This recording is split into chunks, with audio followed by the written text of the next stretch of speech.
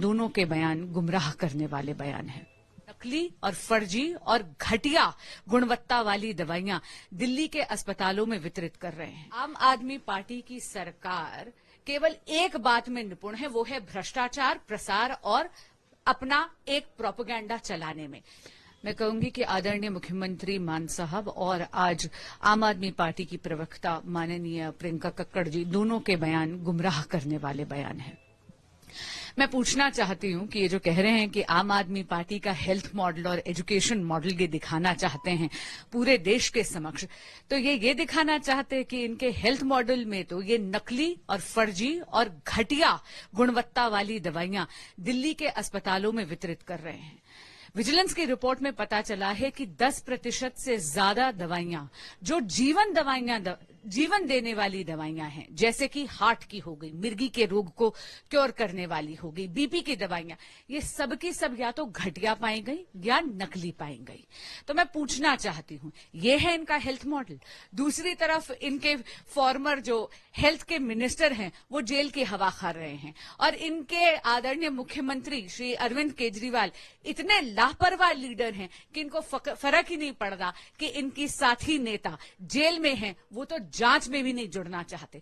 तो मैं जानना चाहती हूं कि कैसा मॉडल ये देश के समक्ष प्रेजेंट करना चाहते हैं। रही बात इनके एजुकेशन मॉडल की, तो एजुकेशन मॉडल में तो आपको भी पता है 2020 की सीबीसी की रिपोर्ट, जहां पे पता चला था कि केवल 4000 क्लासरूम बनाए गए थे, जिसमें ज्यादातर तो टॉयलेट्स थे जिनको क्लासरूम की श्रेणी में दिखाया गया था, और पैसे 7000 से ऊपर के क्लासरूम्स के लिए गए थे। ये है एजुकेशन मॉडल जो ये प्रेजेंट करना चाहते हैं। देखिए, आम आदमी पार्टी की सरकार केवल एक बात में निपुण है, वो है भ्रष्टाचार, प्रसार और अपना एक प्रोपेगेंडा चलाने में। यहां तक कि सुप्रीम कोर्ट ने भी इनको बोला कि इनका एडवर्टाइजिंग बजट वो जब्त कर लेंगे अगर इन्होंने विकास में विरोध करना चालू रखा। तो मेरा आग्रह है आम आदमी पार्टी के लीडर्स से कि देश को गुमराह करना बंद करिए और देश में विकास के कार्यों में थोड़ा ज्यादा ध्यान दीजिए। मैम, जो टैबलो को लेकर उन्होंने एक्यूजेशन किया है, उस पर आप क्या कहेंगे? ये टैबलो को लेके जो भी एक्यूजेशन कही है, मैंने जैसे आपको कहा कि वो गुमराह करने वाली एक्यूजेशन है। ये वो रीजंस तो दिखाएं। इन्होंने तो बस आके एक हवाबाजी कर दी, इन्होंने तो बताया ही नहीं कि वो क्या रीजंस थे जिनके कारण वो टैबलो एक्सेप्ट नहीं करा गया। तो ये कहना बहुत आसान है, वैसे भी ये तो दोषारोपण की राजनीति करते हैं।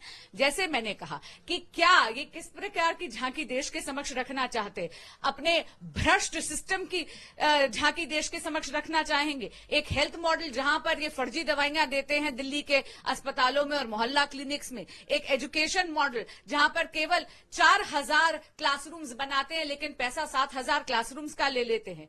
ये एक ऐसी पार्टी है जो सर से लेके पांव तक भ्रष्टाचार में डूबी है। एक लंबी श्रृंखला शीश महल की हो, जल बोर्ड स्कैम की हो, लिकर स्कैम की हो और अब ये दवाई घोटाले की हो। एक लंबी श्रृंखला है जिसमें इनके नए नए घोटाले रोज जुड़ते जा रहे हैं। दवाई घोटाले को लेकर के सौरभ भारद्वाज ने कहा था कि उन्होंने इंक्वायरी की मांग की है और उन्होंने साथ ही साथ जो बुरारी में केस हुआ उसके लिए भी उन्होंने स्पेशल कमेटी का रिकमेंडेशन दिया था। तो इसको आप किस तरीके से देखते हैं? मैं ये जानना चाहती हूँ मंत्री सौरभ भारद्वाज जी से कि जुलाई 2023 में ही पता चल गया था कि फर्जी और नकली दवाइयां और घटिया गुणवत्ता की दवाइयां दिल्ली के अस्पतालों और मोहल्ला क्लिनिक्स में बांटी जा रही हैं। इन दवाइयों की खरीदारी पूर्ण तरह दिल्ली सरकार के अधिकार क्षेत्र में है।